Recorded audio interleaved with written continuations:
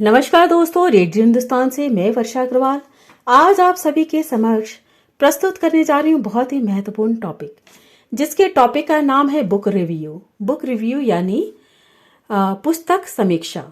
पत्र पत्रिकाओं में प्रकाशित होने वाली समीक्षाओं में प्रमुख स्थान रखती है बुक रिव्यू। बुक रिव्यू से समीक्षा का उद्देश्य यह होता है कि उसे पढ़कर पाठक को किसी लेखक की नई कृति के बारे में जानकारी दे सके, यानी बुक की वो पूरी जानकारी इसमें देता है।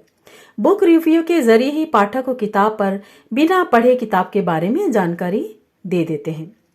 पुस्तक समीक्षा यानी बुक रिव्यू पत्र पत्रिकाओं में प्रकाशित होने वाली समीक्षाओं में प्रमुख स्थान रखती है। पुस्तक समीक्षा का अर्थ होता है कि जो बुक पढ़ने में इंटरेस्ट रखते हैं उन्हें उस बुक की पूरी जानकारी सरल तरीके से पहुंचाना, यानी पाठक के मन में पुस्तक के प्रति उत्सुकता पैदा करना, यानी इंटरेस्ट पैदा करना। इसलिए बुक रिव्यू का काम बेहद जिम्मेदारी भरा होता है। बुक रिव्यू सिर्फ किसी किताब की छपाई, उसके मुख्य पृष्ठ की साज सज्जा पर ही निर्भर नहीं होती, यानी सिर्फ हम बुक के ऊपरी कवर को देखकर ही उसकी धारणा न बना लें, बल्कि उसे पढ़ें और उस बुक रिव्यू से समझें कि उस किताब में लिखा क्या गया है। इसमें जो बुक रिव्यू करने वाले होते हैं उनको साहित्य का ज्ञान, साहित्य के प्रति रुचि, दोनों ही चीजें होनी चाहिए। उसे साहित्य में सभी मौजूदा स्वरूपों और आंदोलनों की भी जानकारी होनी चाहिए। बुक रिव्यू में इस बात का उल्लेख होना चाहिए कि लेखक ने विषय और उद्देश्य का कैसा और कितना अच्छे से जानकारी दी है।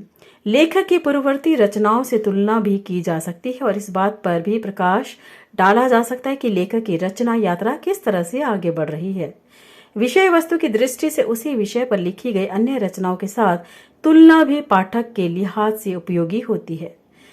पुस्तक समीक्षा में गंभीरता होनी चाहिए, यानी जो भी बुक रिव्यू करता है वो सीरियसली अच्छे से उसको करे। उसमें जो है शब्दों का हल्कापन नहीं होना चाहिए, उसमें शब्दों का बहुत अच्छा बहाव होना चाहिए, जिससे कि लोग उस रिव्यू को पढ़कर उस पुस्तक को पढ़ना चाहें। पुस्तक समीक्षा में पुस्तक का मूल्य, यानी उसकी पुस्तक बुक की प्राइस और उसके प्रकाशक और प्राप्ति स्थान का जिक्र भी होना चाहिए।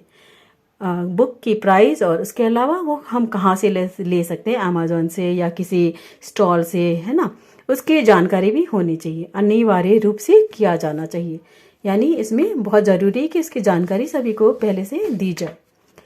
पुस्तक समीक्षा में पुस्तक के विभिन्न पहलुओं की भी पूर्ण रूप से जानकारी होनी चाहिए। हर पहलू को लेखक अपनी इस पुस्तक में कैसे भाव से दर्शाता है और उस लेखक के क्या मनोभाव हैं, इसमें पुस्तक में पूरी छानबीन होनी चाहिए। बुक रिव्यू वाले को लेखक के पूरे इमोशंस के बारे में लिखना चाहिए कि वो क्या मनोभाव दर्शाना चाहता है।